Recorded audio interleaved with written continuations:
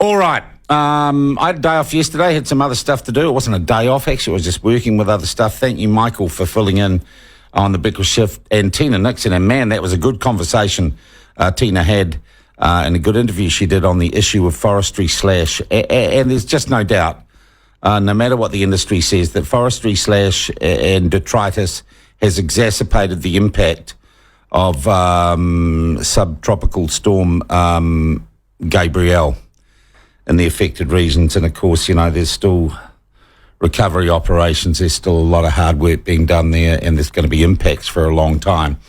One of the impacts has been, and geez, it's been hard getting to the truth of this, claims, anecdotal claims, that there has been, particularly amongst gang members in affected areas, and that's Northern Bay of Plenty, Napier, Gisborne, East Cape, there has been an upsurge in crime. There has been looting, and that organised crime, that's called gangs, those scum who are gangs, have been standing over people. I heard an anecdotal story at a function I was on last night that some people in a helicopter dropping fuel to a community were basically hijacked, and the fuel was hijacked as soon as it was dropped off. Now, they're appalling stories, and in the situation we're in with poor communication and a lot of other stuff going on, it's bloody hard to verify them. Now, Ben and I extracted the Michael, I think, a little bit out of Kiri Allen, who said, cut it out. And Stuart Nash's response was, now's not the time to be a scumbag gang member. And Chris Hipkins has come out and said there is no crime wave post-storm crime wave. It doesn't exist. And the cops have been rather reticent on it. So what is going on here, and what do we make of this, I'm sorry, weak as government response? Well, someone who's up north and has lived somewhat through this has been New Zealand First candidate, politician, well known to many of you, Shane Jones. And Shane's kind of connected to his community, so we thought we'd get him on and ask him what he thinks is happening on the ground. Shane, good morning to you again. Thank you for joining us. Kia ora. Morning, folks. All right, first thing, Shane, what are you hearing? Has there been a crime wave largely driven by gangs as a result of what's gone on with Gabrielle, or not? In Hawke's Bay, it's well known that there is a plague of the mongrel mob. There are a few Black Power members there as well, and recently they've been shooting each other. To show the foul mentality that plagues their decision-making, they decided to continue shooting during the early stages of the Gabrielle disaster. If anyone believes that the gangs are not involved with making people's lives misery, not only during this particular terrible episode, but in broad terms, then they're either a blind devotee of the Green Party, or they're just so secluded they're living in a gated community. What Kiri Allen and Stu ought to have said is they ought to have come out with extreme force in their rhetoric, laying down some neon boundaries. If you are involved in looting, you will be straight to court. We are taking legislation and urgency. There will be no remand, irrespective of the size of your infraction or offence. This is a great opportunity to reset what law and order means for the day-to-day lives of garden variety Kiwis who probably don't encounter a lot of gangs up in the Esk Valley in the ordinary course of their lives, because most of the victims of this gang plague are often working class people, and many of them belong to the very community in the broad sense that these scroats come from. And I think that's really where the Prime Minister and Labour have missed a beat. This was a brilliant opportunity to bring the hammer down. Shane, look, there is some dispute as to whether there is a post-storm crime wave. If this isn't just rumour and the rumour mill working, how convinced are you that there has been this surge of looting and of lawlessness? But you want to nip lawlessness in the bud before Yeah, but Shane, how much proof is there that it actually exists? Because we seem to get from Chris Hipkins, who said he's talked to the police commissioner, it's not a big deal.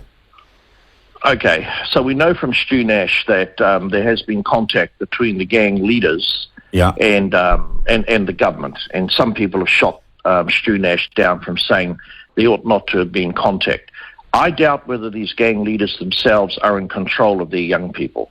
Yeah. The young recruits and new entrants to the gang scene need to suffer something akin to the mark of Cain. There is a cost when you join an organisation that is organised to undertake ongoing criminal harm to your community. At the moment, there's no cost belonging to a gang. If you go in to court as a gang member, you're treated as an ordinary citizen. That should change overnight. Yeah. People need to be taught that if in New Zealand you willingly, through your family or your other circumstances, join a gang, then immediately you go up the scale of punitive response from the state. And if that's how you want to spend the rest of your life, then fine, get the hell out of my face. But this notion that you can join a gang and go on a journey of criminality, crime, misery, hurt, and then the courts don't treat you as something akin to a narco-terrorist group, that's the level of change that's needed in New Zealand society. Yeah. Shane, do you think your average gang member or looter is going to respond to the "oh, do behave" message from Gabrielle and Stu Nash? No, I've got quite a bit of time for Stu. I've been in Parliament with him for a long time. He was at your party. Yeah, and I know Kitty. Look, I'm astounded that the Minister of Justice and the Minister of Police, but look, they're being fettered, and the average gang member, number one, doesn't know who Kitty is, and number two, only respond to one thing, and that's what they call in the northern Maori way of talking, ringakaha, the strong hand.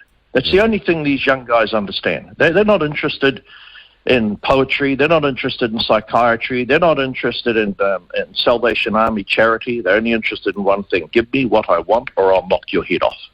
Well, fine. If that's how you want to live your life, then there's a new rule. Anyone with an active association with a gang engaged in criminality, the immediate punitive regime you enter into is different than ordinary Kiwis who fall afoul of the law. Yeah. I got to say, we invited Harry Tam onto the program this week. Wouldn't come on.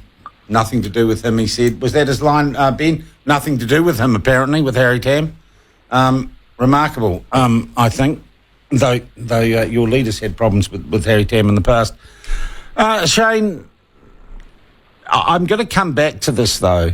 If the police say there isn't a wave of crime, is there or not? Okay, what the police, as I understand, have said is where the crime is showing itself is in domestic violence. But, there's been 57 or 63 or words to that effect arrests made according to the Commissioner of Police. And I can guarantee not every single one of those arrests is some loser bashing his daughter or bashing his wife. I can guarantee you that. Yeah. I think we're missing the beat here.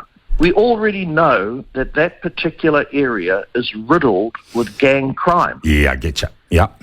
I don't even know why we're bothering to justify whether it's 10, 15, 5. We know that the Hawke's Bay is the citadel that gang members worship at. Yeah, that's right. And they go up and they have their patching ceremonies and they all get together there. That's right. And they go up on they go up that maunga. I forget the name of the hill. Yeah. And then they have what is okay. Some will argue, all we're doing is practicing our culture. Well, I'll tell you what. I put my knowledge of Maori culture up against anyone in New Zealand. The culture of Maoridom is once you've done wrong, it's Old Testament, an eye for an eye. But these people want to go around poking your eye, your neighbour's eye, but keep wearing those sort of snake dog sunglasses. No, had enough of that. Would you admit, Shane, that in this crisis or during this crisis, Chris Hipkins is doing pretty well popularity-wise? Yeah, look, this is an awful event. I mean, on the Esk Valley, I've been there very many times.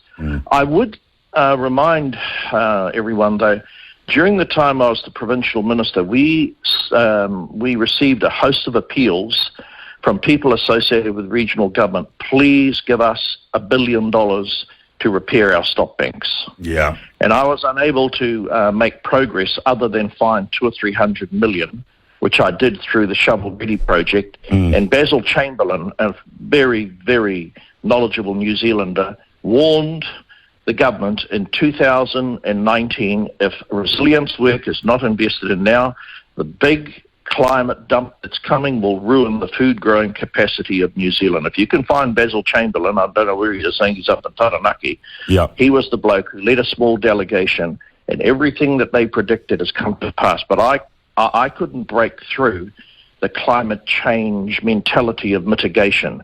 You know, I happen to believe we need a new banner now, not climate change, but climate resilience. The ability of farmers in New Zealand and Kiwis, 5 billion of us, to change the emissions profile of the world is somewhere near zero. Yeah, that's our right, ability Jane, to make our community more resilient is somewhere near 100. Yeah, and I think that's a very interesting wider point you raise. We can't stop China building coal plants. Our contribution to global emissions is 0.0172%, I think, was the last figure I saw. So the idea that we can stop it is just ridiculous, and we don't have that much pull in the world.